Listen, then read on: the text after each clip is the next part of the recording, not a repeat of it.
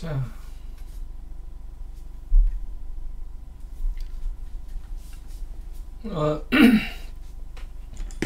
아주 오랜만에 그 공개 라이브를 하게 됐어요. 하게 됐고, 그 돌아가는 모양새 정도는 알고 계셔야 될 것 같아서,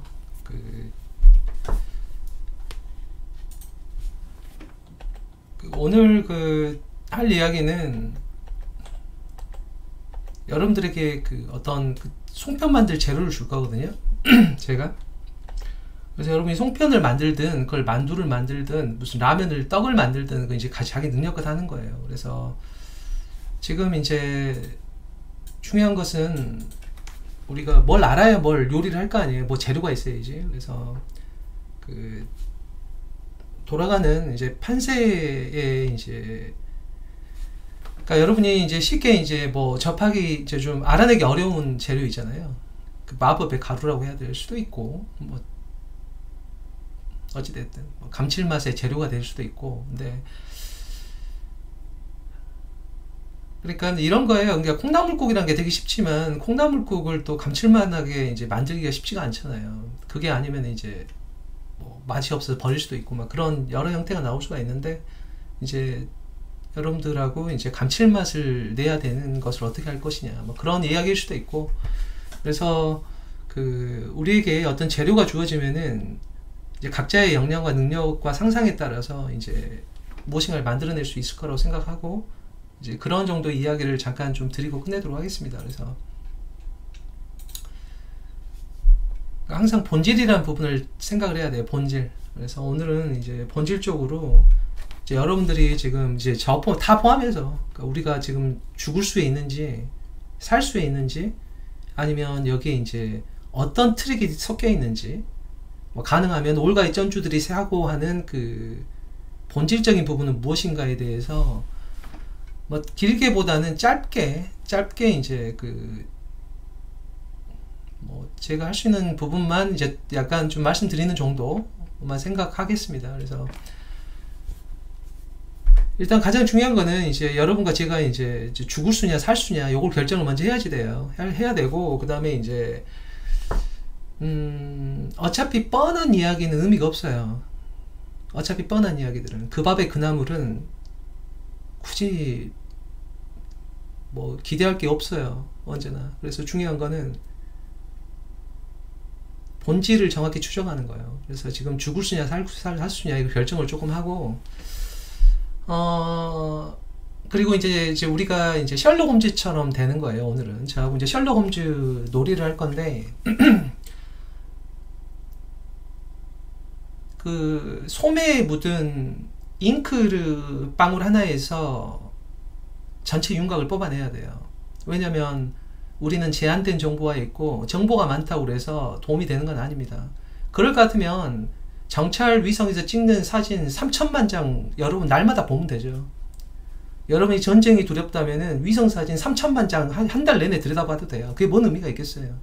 저 같으면은 거기 최고 이제 지휘관에 세탁을 해주시는 아주머니를 친하겠죠. 저 같으면 그분한테 듣는 게 더 빠르니까요. 3천만 장 눈 빠지게 분석해서 뭐 할 거예요. 이것저것 잡다구리 다 봐서 무슨 의미가 있어요.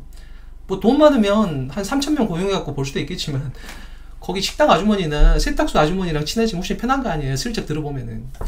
그런 것처럼 본질이라는 것은 되게 이제 아름답고 복잡하게 되어 있는 게 아니라 매우 단순한 겁니다. 단순하면데 잘 안 보이는 거죠. 그거를 이제 알아내야지 범인 특정을 할 수가 있어요. 그러니까 지금 이제 여러분들께서 많이 당황하고 계실 거예요. 일단은 많이 당황하고 계실 거라고 생각을 하고, 자 일단은 여러분들 좀 달래는 게 먼저 우선 돼야 되거든요. 이게 일단 괜찮아요. 일단 뭐 괜찮습니다. 괜찮고 지금 이제 뭐 국내 증시야 유동성이 워낙 많이 풀려갖고 이제 반도체 위주로 가면 걱정이 없을 테고, 이제 미국에서 이제 여러분들이 소위 말하는 이제 지금 일단 시대는 어떤 시대냐면요. AI라는 건 다 알고 계실 건데 일단 정의를 좀 하고 시작할게요. 이게 제가 뭐 사람들 앞에 많이 나타나는 사람이 아니라서 일단은 한두 개 정도 좀 정의를 하고 나서, 그리고 나서 이제 그 소매에 묻은 잉크가 어떤 색깔인지 확인하면서 이제 범인의 특정을 해가는 과정을 밟도록 할게요. 그래서 여러분들께서, 여러분들 그거 뭐, 아, 그런 거, 이거 어떻게 되는 거지? 그거 필요 없는데? 그런 거 저 안 하셔도 돼요. 나 그거 어떻게 이게 왜 이게 나오지? 뭐 그런 거 전혀 괜찮아요. 뭐 이런 거 안 하셔도 됩니다. 안 하셔도 되고, 이제 제가 할 도를 하는 거니까, 이제 저하고 이제 범인 특정하러 가자는 거예요. 그래서 셜록 홈즈가 돼서, 이제 범인 특정을 해놔야 우리가 불안을 안 하든, 뭐 살 길이 나올 거 아니에요. 이제 그거니까. 먼저 여러분들이 최근에 이제 데이터 센터라는 얘기를 많이 들으셨을 거예요. 데이터 센터. 그 데이터 센터라는 얘기를 겁나게 많이 들으셨을 텐데, 그리고 이제, 제 개인적으로 오늘 이야기는 가급적 이제, 특히 이제 아직 익숙치 않은 분, 투자의 세계에 이제 익숙치 않은 분들은 가급적 꼭 드셨으면 좋겠어요. 열심히 싸운다고 될 문제가 아니라 잘 싸워야 돼요. 그러니까는 이 자본의 세계라는 거는 굉장히 냉정합니다. 굉장히 냉정하기 때문에 무서운 곳이에요. 여기는 정의라는 게 없어요. 손 속에 정의를 두지 않거든요. 그래서 자본의 세계라는 것은 굉장히 냉정한 세계이기 때문에 잘못하면 손 잘려요. 그래서 여러분들께서 특히 주변에라도 아직 익숙하지 않고 그 다음에 투자의 세계에 이렇게 이제 처음 지지받는 젊은 세대라든가 이런 분들은 가급적 좀 듣는 방향으로 하셨으면 좋겠습니다. 자, 그리고 이제 뭐 부동산은 제가 주리줄창 이제 사야 된다고 하도 예전부터 말을 했으니까 아시는 분 다 아실 거예요. 그래서 이제 부동산에 관련된 얘기는 특별히 언급할 생각은 없어요. 뭐 없고, 오늘은 이제 살 상황이냐 죽을 상황이냐 판단하는 거랑 이제 숨어있는 본질에 대해서 우리가 추적해 보고서 이제 여러분들께서 이제 혼자 궁리하고 음미할 수 있는 이제 기회를 가져보자, 이런 정도니까. 근데 그 전에 여러분들에게 이제 정의를 좀 해야 되는 게 어떤 거냐면은, 뭐 AI 세계라는 얘기를 굉장히 많이 들으실 거예요. 그러니까 이거를 뭐 자세히 얘기하지는 않겠고 간단히 말씀드릴게요. 뭐 요새 데이터 센터, 뭐 대센이다, 무슨 뭐 여러분이 뭐 조목으로 막 아이램부터 시작해갖고 무슨 뭐 여러 얘기 들으셨을 거예요. 뭐 코어 2분이 무슨 사이퍼 마이닝이니 뭐 데이터 센터란 게 있는데 뭐 그게 되게 뭐 좋다더라, 그런 얘기 굉장히 많이 들으셨을 텐데, 그 상황이 어떻게 되는 거냐면요, 이렇게 생각하시면 돼요. 혹시 여러분들께서 혹시 아이를 키우고 있거나 본인이 어린 시절 생각해 보시면은 태권도장 다녀보신 적 있을 거거든요. 태권도장. 그 태권도장이 어떤 역할을 하는 거냐면요, 그게 기가 막힌 게 있어요. 뭐냐면 아이들이 기본적으로 무한 체력입니다. 아이들은. 그래서 소파에 앉질 않아요. 그러니까 소파에 앉으면 철이 드는 거고요, 소파에 기대면 이제는 나이가 든 거라고 생각하시면 돼요. 소파는 한국인들에게 삶의 단상을 줍니다. 어렸을 때는 소파에 앉지 않아요. 뛰어댕겨요. 계속. 그게 어린이들이거든요. 워낙 체력이 무한 체력이라서. 조금 이제 사춘기 되고 나이가 들면은 이제 소파에 앉아 있다가 나중에 소파에 이제 기대는 시절이 된다. 이제 바닥에 앉아갖고 기대기 시작하고 나는 자연이다를 보게 되면 이제 장년층에 들어가는 거거든요. 이제 이런 정도의 건데, 이 태권도장이란 것은 무한 체력을 갖고 온 아이들이 기가 막히게 뭐냐면은 엄마 아빠가 바쁜 상황에서요, 아이를 봐주는 역할을 해요. 이게 보육의 역할을 한단 말이에요. 그러니까 엄마나 아빠가 6시에 퇴근을 해야 되는데 아이가 1시에 수업이 끝나면은 5시간을 때워야 됩니다. 아시겠죠? 5시간을. 2시에 수업이 끝나면 4시간을 때워야 되고, 그러니까 어머니 아버지 없는 상황에 시간을 때워야 되거든요. 그러니까 태권도에서 2시간을 보내면은 이제 2시간 더 때우면 되는 거죠. 그러면 미술학원, 음악학원 1시간씩 때우면 4시간이 때워지는 거죠. 이게 뭐냐면 생태계라는 거예요. 아이를 키울 때의 생태계. 그러니까 엄마와 아빠가 하이퍼스케일러예요. 그러니까 아마존이나 구글이나 마이크로소프트입니다. 애저라든가 구글 클라우드라든가 아마존의 AWS라고 생각하시면 돼요. 근데 아이를 양육을 해야 돼요. AI를 양육해야 되는데 엄마 아빠가 24시간을 볼 수가 없는 거예요. 왜냐면은 그러니까 그렇게 하면 사람이 죽어버리죠. 어머니 아버지 어떻게 살아요? 지쳐가지고. 그러니까 어머니 아버지로서는 태권도장에 2시간 좀 맡기면 좋겠고, 그 다음에 음악학원에서 1시간, 그 다음에 미술학원에서 1시간 정도 보내주면은 엄마 아빠가 해볼만 하거든요, 이게. 애를 키울 때. 그래서 여러분들께서 기본적으로 이 하이퍼스케일러라고 하는 빅테크 있죠. 소위 말하는 3사를 말해요, 보통. 이제 마이크로소프트하고 구글하고 아마존. 그래서 이쪽은 기본적으로 그 땅도 사야 되고 GPU도 사야 되고 데이터 센터 연결도 해야 돼요. 서버 넣어갖고 렉에다가 해서 데이터 센터 연결도 해야 되고 연결한 다음에 클러스터도 형성해야 됩니다. 그럼 여기다가 그러니까 에너지도 넣어줘야 돼요. 이게 AI 시대의 에너지는 약간 틀려요, 성격이. 이게 그 우리가 말하는 프로그램 있죠. 컴퓨터의 세상은 직렬 계산을 하기 때문에 축착 축착 축착 이렇게 들어가요. 착착착착착착 정해진식으로. 그러니까 데이터가 착착착착착 쓰니까 예상하는 식으로 데이터를 쓸 수가 있어요. 그래서 우리가 이더넷 같은 거 쓸 때도 이더넷 같은 경우는 데이터를 보낼 때요 손실되거나 늦는 경우도 생겨요. 그래서 여러분이 가끔 유튜브 보면 버벅거리거나 이더넷이 버벅거리고 막 이럴 때가 있거든요. 근데 이건 괜찮아요. 왜냐하면 프로그램상으로 즉 CPU를 사용하는 직렬 계산에서는 칙착 칙착 칙착 이렇게 단계별로 가기 때문에 다시 보내면 되거든요. 아주 간단한 거예요. 그러니까 데이터 손실이 있으면 백업 시키면 돼요, 간단하게. 그런데 GPU라는 세상은 전혀 달라요. GPU는 여러분이 에얼리언 같은 거 보면은 인공지능 뭐 그때도요 70년대 보면 묘사를 해보면 띠딕 띠디딕 띠디디딕 띠디디딕 이렇게 나오죠. 한 번에 안 나오고 그게 병렬 계산 때문에 그러거든요.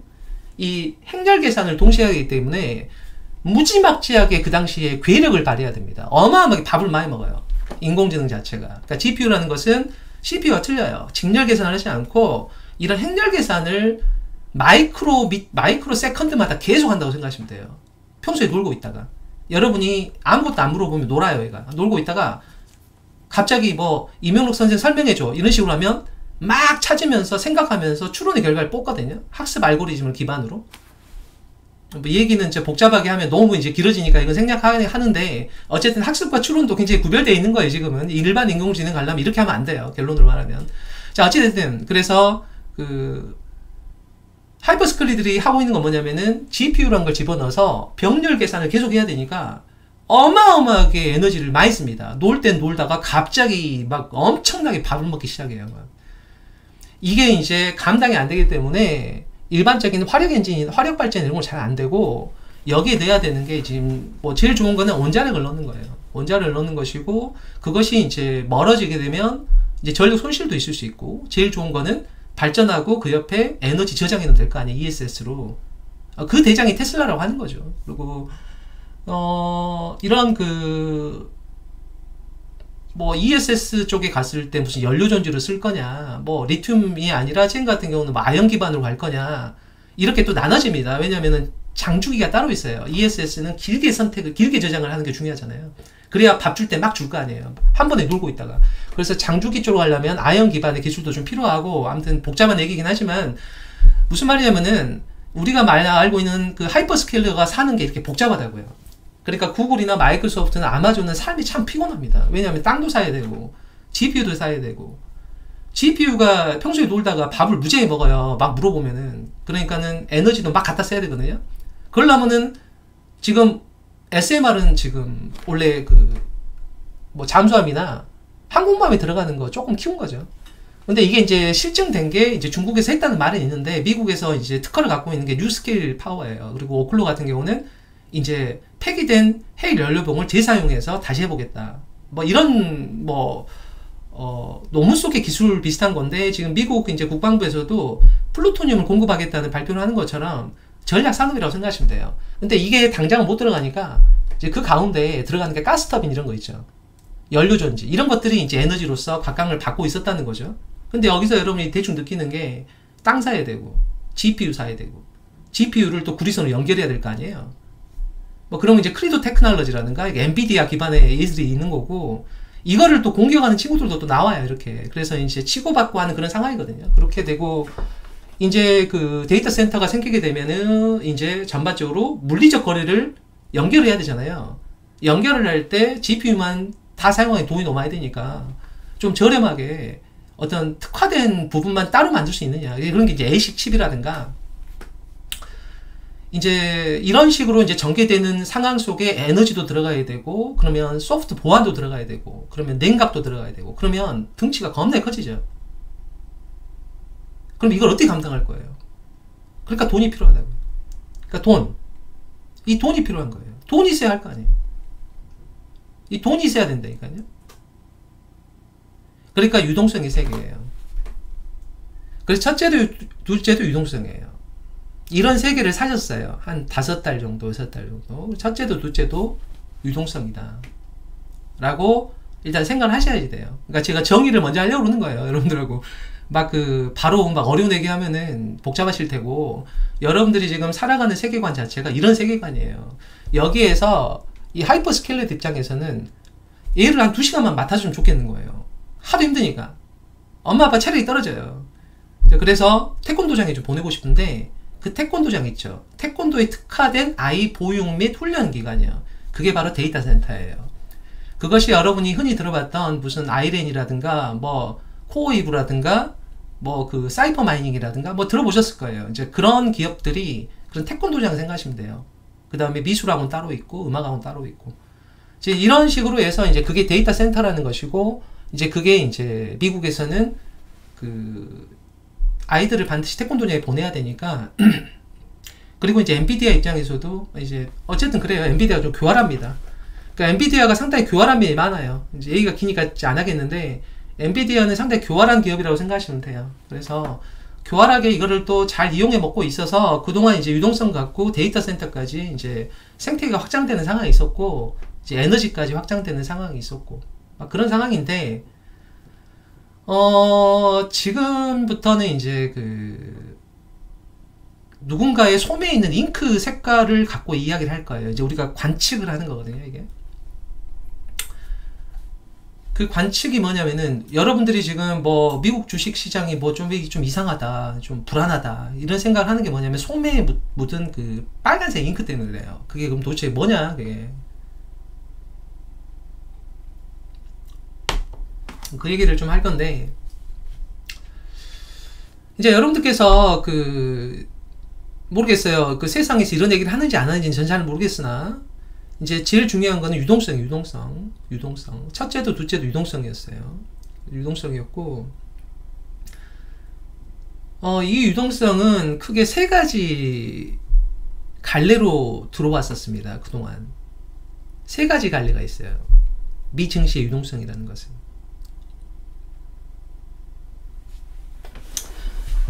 그게 어떤 거냐면은, 그 첫 번째 요소가 뭐냐면은요, 지금 솜에 묻은 빨간 잉크가 바로 그 주인공이에요. 역 RP 계좌라는 거예요. 그러니까 미 연준이 기준금리를 내리지 못하니까 미안해서 역 RP 계좌를 통해서 단기 유동성을 계속 뿜어줬습니다. 기준금리는 제가 안 내리고요. 근데 기준금리는 7월달부터 내리고 있었어야 돼요. 안타깝지만 그때부터 반드시 내렸어야 돼요. 그러니까 사단이 벌어지는 이유가 있거든요, 이게. 조금 얘기해보면 이해가 좀 되실 거라고 생각을 하고, 두 번째 유동성의 요소는 뭐냐면은, 개인적으로 이제 베센트라는 인물은 일을 꽤 잘합니다. 그러니까 베센트라는 인물이 처음에 닥쳤던 본인으로서는 일할 때 굉장히 괴로웠을 게 뭐냐면은, 바이든 행정부 당시에요. 그러니까 결국 이거예요. 여러분이 국채라는 게 있잖아요. 지금 장기 국채라는 게 요새는 그나마 괜찮지만 아주 값이 없었죠. 장기 국채를 아무도 안 사요. 왜 안 사느냐? 차라리 예금하지. 내가 왜 미국 정부에 20년 동안 돈을 빌려줘요? 차라리 미국 주식에 투자해야지. AI 가면 홀 나은데 내가 20년 동안 인플레가 발생하는데 내가 왜 그걸 빌려주냐고. 이렇게 되는 거예요. 왜냐면 기준금리가 5.5%니까. 기준금리가 5.5%인데 예금하고 말지. 내가 MMF 있잖아요. 단기자금, 그냥 단기 머니마켓에 돈 집어넣고 여러분이 RP에서 돈 받고 말지. 내가 왜 굳이 20년 동안 미국 국채를 사요. 특히나 관세발 인플레이션도 있을 수 있다는데.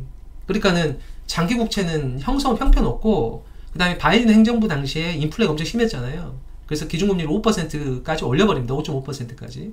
그러니까는 워낙에 MMF 금리가 좋으니까 국채는 안 사요, 사람들이. 그러니까는 전임 재무부 장관이었던 앨런 같은 경우는 이제 대선 치러야 되잖아요. 그러니까 1년 만기 미국채 있죠. 이거를 아주 그냥 투척해놓고 갔다고 생각하시면 돼요. 세상에 아주 뿌려놓고 갔어요. 그래서 이제 지금 베센트 같은 경우는 자기도 이제 코아가 석자죠. 만기가 돌아오니까 1년 지났으니까. 작년 4월부터 대선 시즌이잖아요. 그러니까 작년 4월, 6월부터 어마어마하게 1년 만기 미국채를 막 팔아치운 거라 생각하시면 돼요.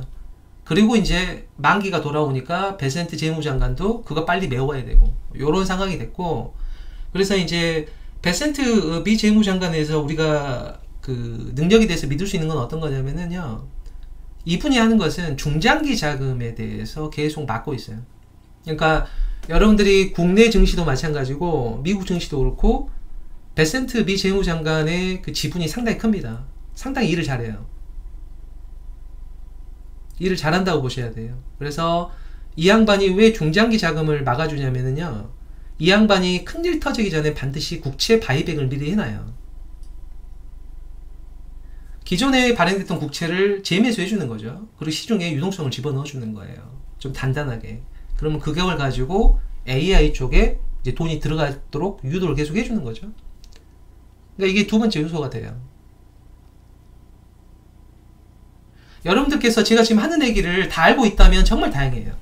제가 앞으로 할 얘기도 그렇고 다 알고 있으면 매우 다행입니다. 그러면은 우리나라에서 이런 얘기가 보편타당하게 이루어지고 있다면 매우 다행이고요. 제가 할 필요가 없는 건데 한 거고, 만약 그렇지 않다면은 여러분 스스로 조금 더 찾아보시길 바랍니다. 이제 세 번째 요소는 뭐냐면은, 이거는 제 생각에 한국에서 다뤄지는지 안 다른지 잘 모르겠어요. 저는 타인과 대화를 거의 하지 않기 때문에 안 하는데, 지금 현재 이제 이 사건이 터지는 게 어떤 거냐면은, 지금 첫 번째 요소 있죠. 역 RP 계좌가 거의 비어버렸습니다. 미연준이 미안하니까 단기 자금을 계속 역 RP 계좌로 뿜어줬어요. 그러니까 이게 거의 그냥 잔고가 없어요.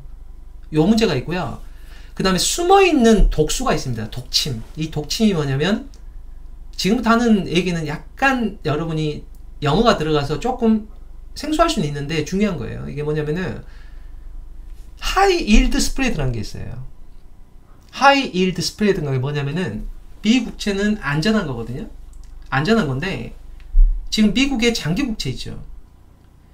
미국의 장기국채는 미연준이 워낙에 기준금리를 높게 잡아놔갖고 사람들이 미국 장기국채는 안 사요.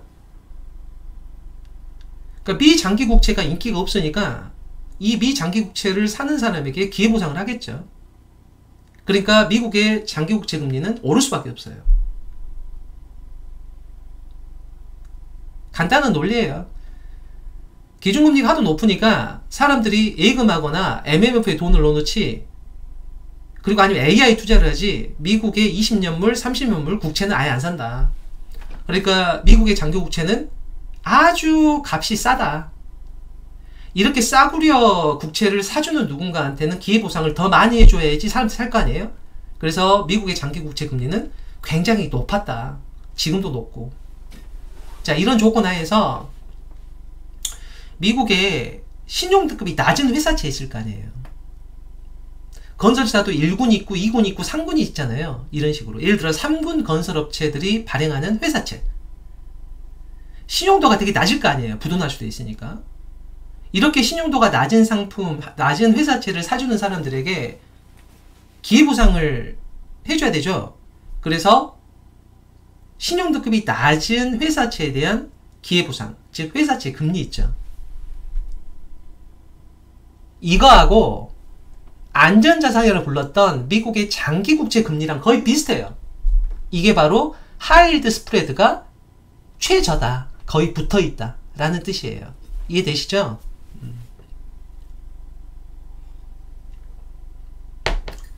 그러니까 아마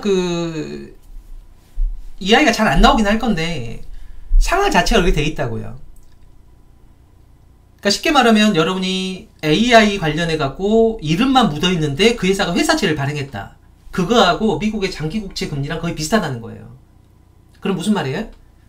신용도가 낮은 기업의 회사채만 발행해도 돈을 쫙 끌어올 수 있다는 얘기예요. 아시겠죠? 이게 바로 하이힐드 스프레드가 최저 수준이다. 그런 얘기입니다. 이걸 누가 만들었냐고요? 미연준이요. 이것도 미연준의 작품이에요. 기준금리를 결코 내리지 않았기 때문에 미국의 장기국채가 가격이 아주 형편이 없어요. 아주 형편이 없게 되거든요. 그러니까 장기국채 금리가 올라갈 수밖에 없고, 그러다 보니까 신용등급이 낮은 회사채 금리랑 거의 붙어버리게 되고. 자, 이게 뭐가 문제가 되냐면요,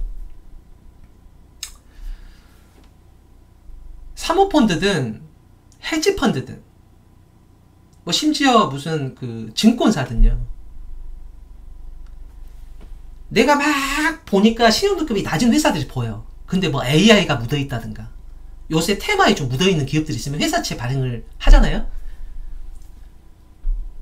하이힐드 스프레드가 워낙 낮기 때문에 이 저신용등급의 회사채를 발행해서도 돈을 쫙 뽑아낼 수가 있는 거예요. 사모펀드나 헤지펀드나 심지어 뭐 지역은행도 그렇고, 아니면 증권사는 더욱 그렇고요. 이해되시죠? 그럼 이 돈이 어디로 가느냐? 단기로 돈을 뽑아낸다고요. 아시겠죠? 그러니까 장기 국채를 아주 휴지 조각으로 만들어 놨기 때문에 조건이에요. 그래서 기준금리는 7월부터 내려야 돼요. 그리고 10월 달에는 100% 내려야 됩니다. 0.25% 무조건 내려야 되고, 지금 상황으로는 12월도 내려야 돼요. 0.25%. 그래서 여러분들께서 쩐주들이 어떻게 판단할지 이제 봐오시라는 거예요. 일단 10월은 100% 내리는 거예요. 그러니까 100%, 99.9999% 반드시 내려야 됩니다. 지금 상황은.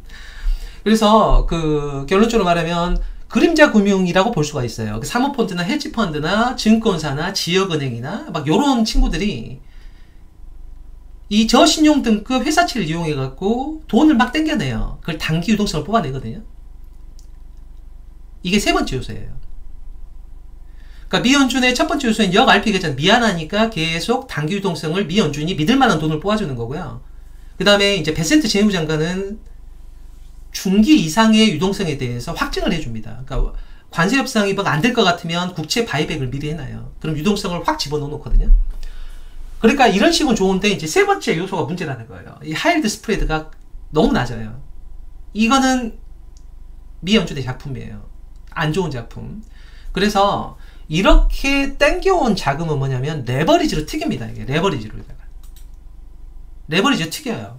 이게 이제 국가 전략 산업화 되는 섹터로 붙어요.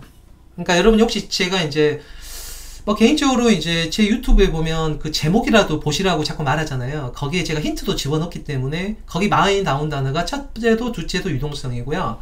그리고 혹시 이것도 많이 기억나실 거예요. 우주통신, 로켓, 뭐 드론 요런 거 많이 단어 보셨을 거예요. 그게 뭐냐면요, 지금부터 이제 우리가 그 범인과 어떤 의심되는 사람의 이 소매 잉크를 봤잖아요. 색깔을 3호색을 봤습니다. 빨간색, 파란색, 녹색을 봤어요. 자, 그럼 팔뚝을 봐야겠죠. 팔뚝이 이제 어떻게 이제 번져 있는지. 지금 결국 그 AI 테마가 지금 붙게 되는 요소가 어디냐면 국가 전략 산업이에요. 국가 전략 산업, 즉 전쟁용들이라고 보시면 돼요. 여기에서 이제 얘기하면 굉장히 복잡해지만 뭐 지금 그렇게 복잡하게 얘기는 하진 않을 거고, 시간도 그렇고. 일단 우주 쪽 관련해서, 우주 통신 관련해서, 그 다음에 이제 로켓, 우주로 가는 로켓을 쏴야 될 거 아니에요. 그러면 통신에서 바로 쏴줄 수 있을 거냐, 지상으로, 여러분의 핸드폰으로요, 단말기 필요 없이. 뭐 그런 거 상상도 될 거고. 양자 컴퓨팅 같은 경우는 우주 방사능이 있어요. 근데 지금 절대 온도 쪽에, 그러니까 아이온큐 같은 경우는 상온에서 지금 큐비트 체인을 몇 개 연결시키느냐, 이게 핵심인 거죠. 대신 오류가 발생합니다. 그래서 마법 중류라는 기술을 보통 사용해서 해요. 이거는 여러분이 뭐 그 RPG 게임을 좀 하신 분들은 이제 마법 중류라는 개념에 대해 좀 이해는 하실 수 있을 건데, 아니신 분들은 이제 뭔 말인지 잘 모르실 테고, 어쨌든 그런 게 있고, 이제 그 절대 온도에서 이제 오류를 줄이는 이제 방식이 되거나, 아니면 실제 이제 운동량을 이용해서 한다는 여러 가지 이제 기술이 접근되고 있는데, 뭐 상상도 되는 거예요. 그 만약 우주 통신이 가능하다면, 이제 우주 방사능만 차폐시킬 수 있다면요, 양자 컴퓨팅을 칩셋으로요, 시스템 온 칩으로 해서 우주로 올릴 수도 있어요. 그거를. 그러려면은 기본적으로 좀 중형이야겠죠. 소형 위성 발사체로는 안 되고, 그럼 중형이면 이제 택배할 수 있을 거, 우주 택배. 이제 이런 것들이 이제 뭐 여러분이 걸리는 게 로켓 레빌이나 이런 친구들이고요. 어쨌든 그렇습니다. 그래서 우주통신, 그 다음에 드론이라는 게 있겠죠. 드론. 이 드론이라는 게 이제 우버랑 결합되거나 이제 수송의 역할을 하는 거죠. 그러니까 뭐냐면 헬리콥터 같은 경우는 등치가 너무 크잖아요.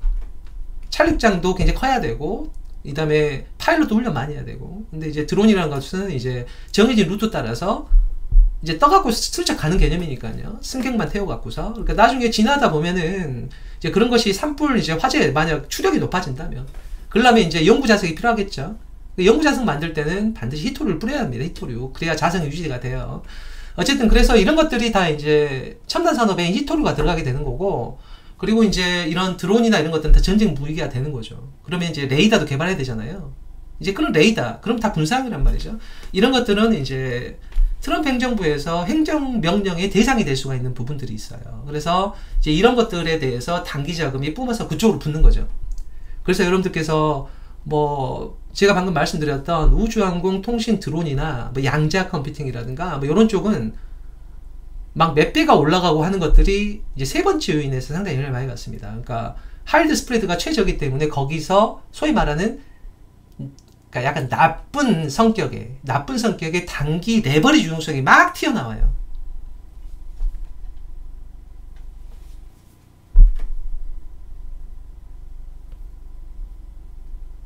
자, 그래서 좋았다는 거예요. 좋았다고요. 그래서 우주통신 항공 드론, 항공이 아니라 우주통신 로켓 드론이죠. 뭐 양자 컴퓨팅이나 뭐 이제 그런 것들이 그 좋을 수밖에 없고, 여기에 데이터 센터라는 거, 아까 말했던 태권도장이 이제 반드시 필요하니까요. 이제 그래서 이렇게 단기 유동성이 뽑혀져 나왔을 때 그 유동성들이 많이 진입했다고 생각하시면 돼요. 전체 이제 이런 그 형태가 팔뚝까지가 그려진 거죠. 근데 이제 그 결론적으로 얘기를 하면은 지금 현재는 그 이유를 말하면 상당히 복잡하니까 여러분들께서 그 지금은 단기 유동성 경색 현상이 있어요.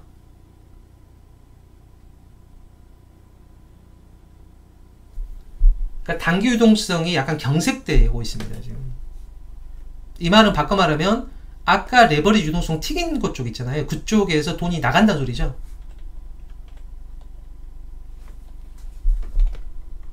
그러니까 여러분이 기억나시죠? 얼마 전에 파일 미연준 의장이 양적 긴축을 몇 달 안에 종료할 생각이다. 종료해야 될 것 같다. 혹시 기억나실 거예요, 다들. 그게 괜히 한 말이 아니에요. 이제 대충 이해되시죠? 왜 미연준이 양적 긴축을 종료해야 된다고 직접 언급했는지. 이것도 뒷북이에요. 뒷북입니다. 이거는 진짜 참 안타깝고 짜증이 나기도 해요. 뒷북이거든요. 7월달부터 기준금리 내렸어야 돼요. 그러니까 지금 그 단기 유동성 경색이 발생, 여러분 실업률로 보시면 안 돼요. 지금 실업률은 올라도 그렇게 충격이 그렇게 크진 않을 거예요. AI의 그 대가기 때문에 그 부분은 시장에서 일정 부분 이해를 해줄 수 있을 건데, 지금 당장 문제가 되고 있는 것은 단기 유동성 경색 문제예요. 그거는 그 크게 이제 이유를 세 가지 정도로 생각해 볼 수가 있어요. 왜 단기 유동성 경색이 되느냐, 이런 거죠. 왜 범죄를 저질렀냐, 이게 물어보는 거랑 비슷한 거예요. 그 세 가지가 뭐냐면요, 첫 번째는 미연준의 역 RP 계좌가 거의 소진됐어요.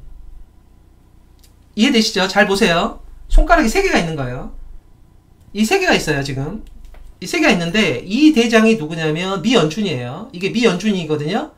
미연준의 역 RP 계좌가 소진돼서 손가락이 부러졌습니다. 아시겠죠? 이제 2개밖에 안 남았어요. 2개밖에 안 남았죠? 베센트 미 재무장관이 하는 게 이 단단한 중장기 유동성을 버티고 있습니다. 이분의 능력으로. 그러니까 이거는 모양이 좀 이상해지겠는데? 안 되겠다. 이걸로 바꿔야겠다. 베센트 그 미 재무장관이 검지라는 손가락으로 중장기 유동성을 국채 바이백으로 버텨주고 있습니다. 그러니까 땡큐. 이 세 번째 손가락이 뭐냐면은, 이 친구들이 아까 말한 그 하이드 스프레드가 되게 낮잖아요. 그래서 여기서 뽑아낸 레버리지 유동성 있죠. 얘들이 지금 도망가 있어요. 아시겠죠? 이것만 남은 거예요. 그러니까 3개 중에서 요것만 남은 겁니다. 아시겠죠? 그래서 여러분이 허전할 거예요. 유동성이 헛헛하게 된 거죠. 아시겠죠? 그래서 조건을 보면 이 하이드 스프레드가 낮아서 뽑아냈던 단기 레버리지 유동성 있죠. 이 친구들은 사라졌고, 여기에 지금 미연준의 역RP 계좌가 소진된 상태라서 단기 유동성이 경성될 수밖에 없어요. 아시겠죠? 자, 이게 첫 번째 이유예요. 이게 첫 번째 이유고, 두 번째는 어떤 거냐면은, 최근에 미국 지역은행 뭐 위기 상황이 한 번 있었죠. 미국 지역은행 위기 상황이 한 번 왔잖아요. 여기에 프랑스의 최대 은행인 파리바게트인가? 뭐 BNP 파리바게트인가 뭐 있잖아요. 그 은행.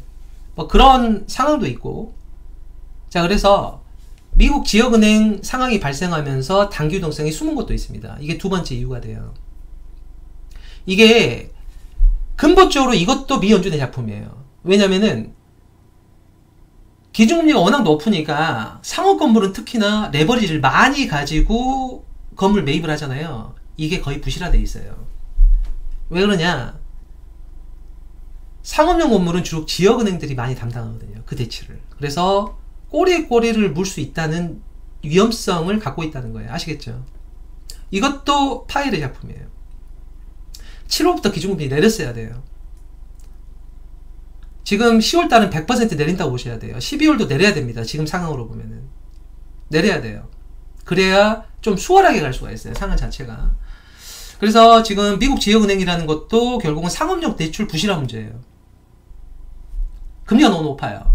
이 얘기하면 이제 몰기지 금리가 이게 너무 길어지니까 그거는 이제 뭐 아무튼 그렇게 생각하시면 돼요. 그래서 두 번째 이유는 어찌됐든 지역은행 문제가 상업건물 대출이 지금 박살나면서 발생하고 있다고 생각되고 있기 때문에 함부로 움직일 수가 없는 거예요. 왜냐면 꼬리에 꼬리를 물고 서로 간에 대출 채권을 갖고 있다가 녹아버리면 여러 지역은행들이 동시 폭발할 수가 있거든요.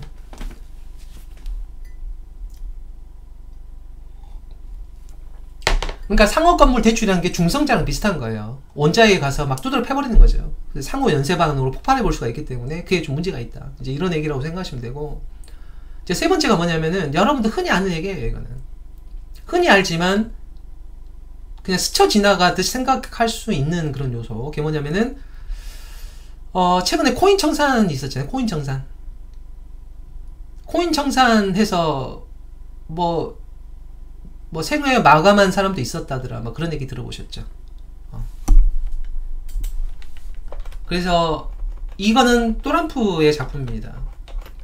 그래서 코인 청산하면서 단기 유동성이 약간 숨은 것도 있어요. 그 네 번째는 뭐냐면은 최근에 이제 국제적으로 범죄 문제가 많이 발생하고 있고 거기서 코인 압수 얘기가 들었죠. 그래서 불법 조직 자금을 코인으로 갖고 있던 걸 현금화시키는 추세까지 포함되어 있을 거예요. 그래서 이렇게 크게 3개에서 4개 정도의 이유 때문에 단기 자금 경색이 발생하고 있어요.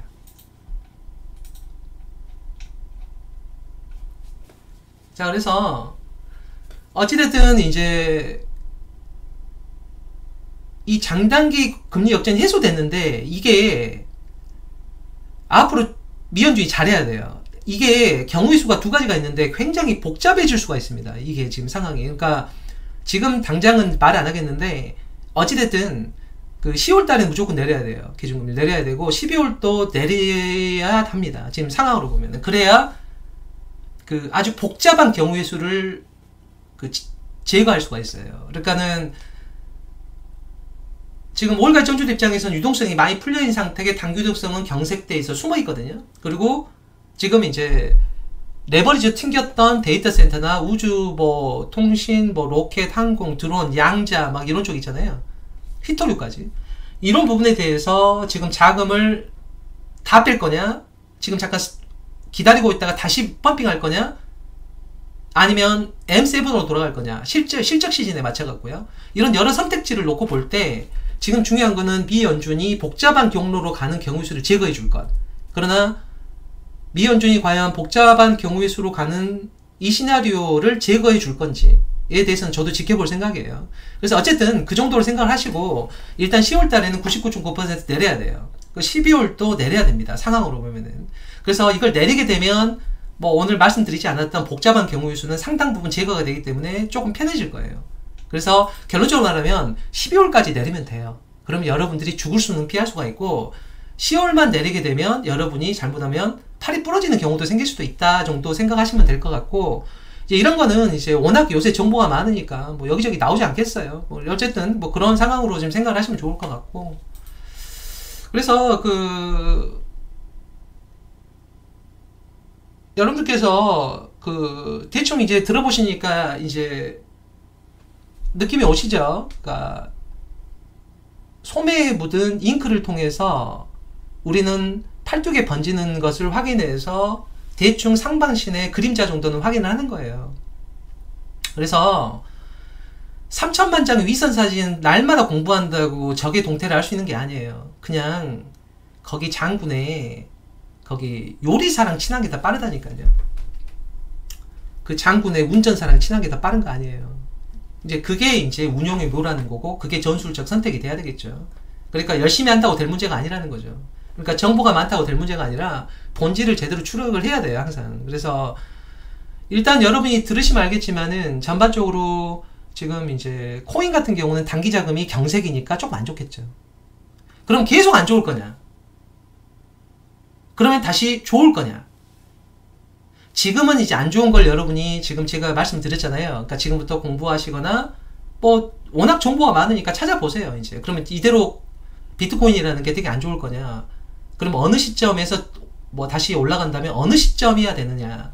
그걸 올라가기 위한 그 계기는 뭐가 돼야 되느냐? 그때 어떤 뉴스가 필요하느냐? 이런 거는 여러분의 능력껏 이제 찾아보셔야 돼요.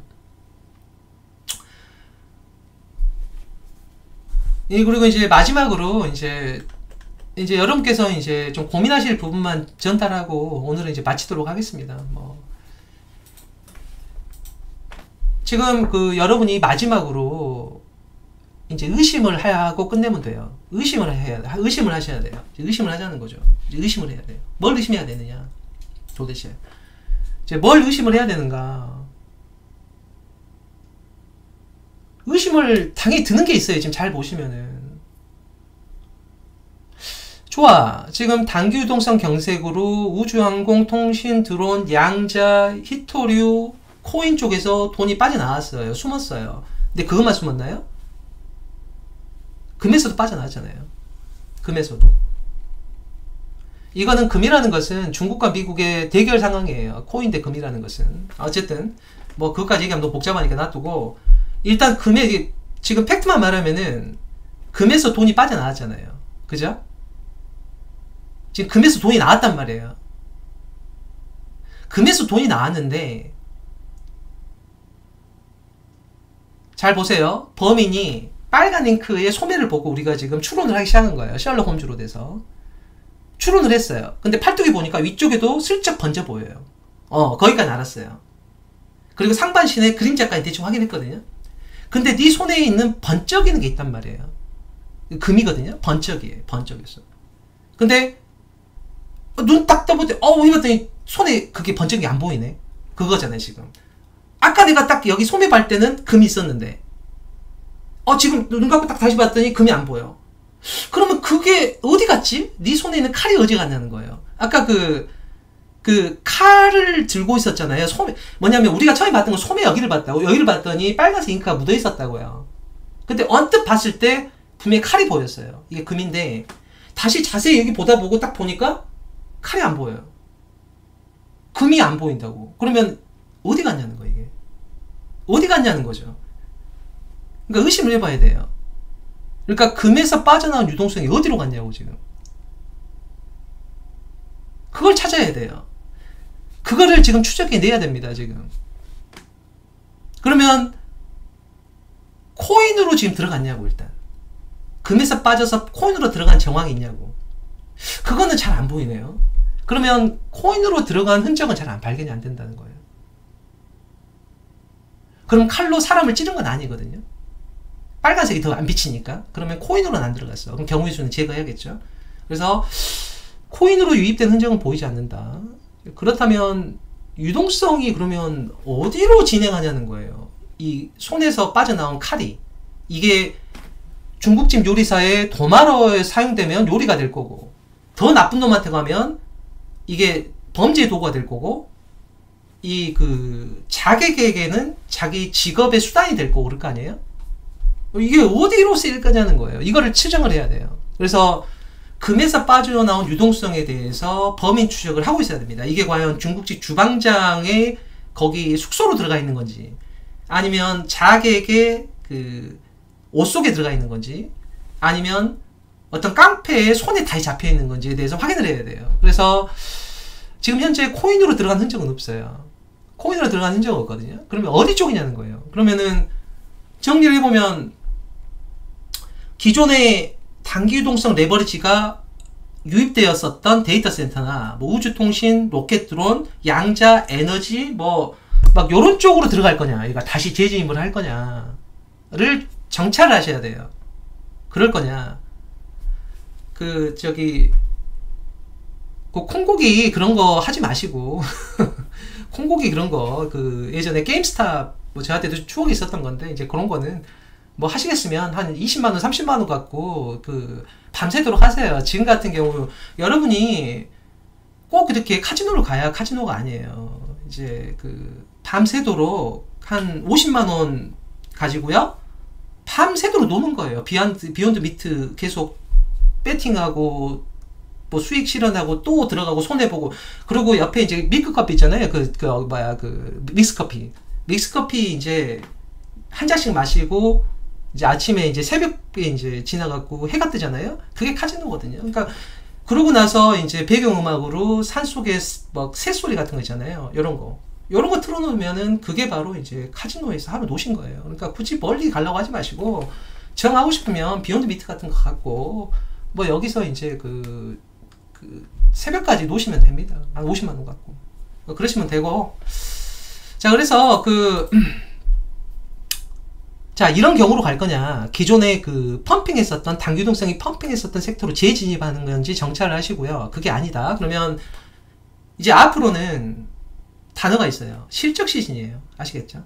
이제 실적 시즌. SK하이닉스는 계속 괜찮아요.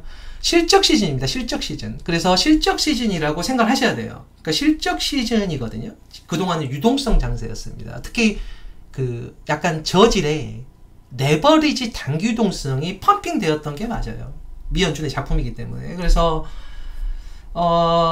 이제 실적 시즌으로 들어갈 때는 맞는 단어가 뭐냐면 M7이에요. 실적 시즌이면 M7이 되는 거예요. 아시겠죠? 그러니까 우리가 말하는 우량주 말하는 겁니다. 그래서 실적 시즌을 맞기 때문에 M7이냐, 바꿔 말하면 실적 시즌일수록 뭐가 안 좋겠어요? 실적 시즌이 제일 싫어하는 단어가 성장주예요. 그러니까 실적 시즌과 대립하는 단어가 성장주입니다.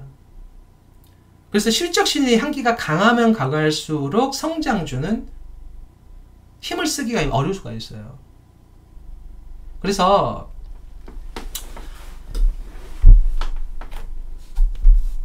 M7이 뭔지 M7이요? 그러게요. M7이 뭘까요? 그러니까 그 실적 시즌이면 마이크로소프트나 뭐 구글이나 뭐 이런 거 큰 유명한 기업들 쪽에 보라는 거예요. 그쪽으로 이제 월가의 전주들이 움직이는지 확인하라는 얘기예요. 지금 제가 하고 있는 건 뭐냐면은 범인 특정하고 있는 거거든요. 그래서 이제 그 기존에 하던 방식으로 갈 거냐, 아니면은 이제 실적 시즌이니까 미국의 큰 기업들 있죠. 큰 기업들 요런 쪽으로 이제 유동성에 진입할 거냐, 혹시 뭐 배당주로 갈 거냐, 뭐 경기 방어주로 갈 거냐, 그럼 유틸리티 이런 걸 거 아니에요. 그러니까 이런 실적 시즌의 향기가 강하면 강할수록 성장주는 조금 부대낄 수밖에 없기 때문에 좀 알고 있으라 그거예요. 알고 있으라는 거고. 혹은 이제 유동성이 숨어 있다가 미국채로 갈 거냐, 혹은 기준금리 인하가 예상된단 말이에요. 99.9%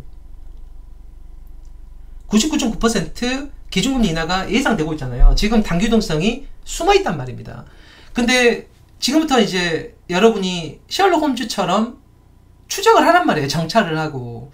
코인으로 들어간 흔적은 없단 말입니다. 지금 이 칼이. 그러니까 이게 중국집 요리사한테 가면 좋은 건데, 요리가 될 거니까. 근데 이 자객한테 들어가면 또 목에 칼집 꽂힐 거 아니에요. 그러니까는 정찰 잘 하시라고. 그래서 이런 그 코인 쪽으로 들어간 정황은 없기 때문에 어딘가는 갈 건데, 어딘가로는 갈 건데, 이게 미국채로 갈 거냐, 아니면 기준금리 인하가 예상되는 상황에서 뭐 바이오나 헬스케어나 뭐 주택건설이나 소매 유통 뭐 이런 식으로 갈 거냐, 혹은 경기방어주로 갈 거냐, 지금부터는 여러분이 추적 정찰하시라고요. 그래서 그 AI는 지금 거품이라고 말할 수는 없어요. 거품이라고 말할 수는 없고, 어찌됐든 오늘 한 이야기는 지금 범인을 특정하기 위해서 지금 탐정놀이를 한 거거든요. 탐정놀이를 한 것이고, 이제 이 탐정놀이라는 것이 이제 여러분의 실생활에 도움이 되길 바랍니다. 어려운 되길 바람이고, 그 정보에 휘둘리시면 안 돼요. 그러니까 친구 따라 강남 가다가는 인생이 박살날 수도 있는 법이거든요. 그래서 주관을 갖기 위해서는 관찰을 통해서 이제 자신의 이제 의견을 정립하는 과정이 매우 중요한 거거든요. 어찌됐든 뭐 부족하겠죠. 제가 이제 최선일 수 없으니까요. 부족할 것인데, 그럼에도 불구하고 그 여러분들께서 많이 지금 애타신 분들이 많으실 겁니다. 굉장히 애가 타고 상황 정리가 잘 안 돼서 겁도 나는 분도 계실 수도 있고, 특히 이제 젊으신 분들 같은 경우는 이제 경험도 없고 하기 때문에 이제 많이 이제 뭐 어려워하실 수도 있을 것 같아서, 어쨌든 그 탐정놀이를 통해서 우리가 이제 추적해야 될 대상이 무엇인가에 대해서 이제 말씀을 드린 거거든요. 그러니까 나머지는 여러분들이 워낙 정보가 많은 세상이기 때문에 이제 각자 알아서 이제 능력껏 이제 자신의 의견을 세우시기 바랍니다. 부동산은 특별히 코멘트 하고 싶진 않아요. 코멘트 하고 싶진 않고, 뭐 어찌됐든 뭐 제 유튜브에 보면 장미의 눈물 있잖아요. 장미의 눈물 노래 한 번씩 들으시면 좋을 거예요. 좋을 것 같고, 뭐 그거 정도 할 얘기밖에 없네. 장미의 눈물 한 번씩 더 들으시고요. 오늘 한 거 이제 다 얘기 한번 들어보시면은 대충 느낌이 오실 거예요. 대충 어떤 식의 느낌이구나 해서, 거듭 말하지만 월가의 쩐주의 마음을 읽어내야 돼요. 월가의 쩐주의 마음을 읽어야 됩니다. 그러니까 여러분, 우리 멋대로 하면 안 돼요. 어차피 여기는 동아시아의 끝단이에요. 메인도 아니고, 그 유동성이 과연 한국으로 더 들어올 거냐. 지금 그 유동성이 한국으로 더 들어와 준다면 우리는 되게 좋은 거죠. 어쨌든 우리한테 필요한 것은 월가 쩐주의 마음을 읽어내라는 거예요. 그걸 읽지 못하면은, 잘못하면 여러분 손목 날아갈 수도 있습니다. 자본의 세계라는 건 매우 냉정해요. 눈 뜨고 있는데 코를 써는 경우도 있기 때문에, 그렇기 때문에 약간의 도움이라도 되기 바라고, 여러분들께서 냉정함을 찾으시고요. 어쨌든 10월달에 기준금 내리면 여러분이 죽진 않을 거고, 12월달에 내리면 편해질 거예요. 기준금을 내리면. 그래서 양적 긴축은 빨리 끝내야 됩니다. 지금 정말 그 미연준 별로 마음에 안 들어요. 지금 하는 걸 보면 7월부터 내렸어야 되는데. 그래서 여러분들께서 이런 느낌으로 좀 바라보시고 각자 알아서 이제 그 모양을 만드세요. 이제 그 정도 하시죠. 그래서 뭐 얘기를 하면 워낙 끝도 없어서 너무 방대한 얘기이기 때문에 최대한 간추려서 얘기를 하는 건데, 어찌됐든 잘 보십시다. 그러니까 데이터 센터나 우주통신, 뭐 로켓 드론, 뭐 양자, 뭐 에너지, 뭐 이런 휘토리 쪽으로 다시 진입하는 건지, 뭐 국채로 도망갈 건지, 아니면 이머징 마켓으로 들어올 건지, 아니면 뭐 경기 방어주로 갈 거냐, 아니면 십적신이니까 M7 위주로 다시 몰아갈 거냐, 이거는 정찰을 하셔야 돼요. 지금부터 마구잡이로 막 손 따라 두시면 안 되고, 아시겠죠? 그래서 도움이 되길 바라고 오늘 이 정도로 정리하도록 하겠습니다. 그래서 오늘은 이렇게 할게요. 빠빠이. 들어갈게요. 다들 건강하세요. 감기 걸리지 마시고. 자, 들어가겠습니다. 언제 볼지 몰라요. 저도 뭐 내년이나 혹시 뭐 저 볼 일은 없을 거예요. 혹시 내년이나 혹시 저 볼지도 모르겠네요. 들어갈게요. 빠빠이.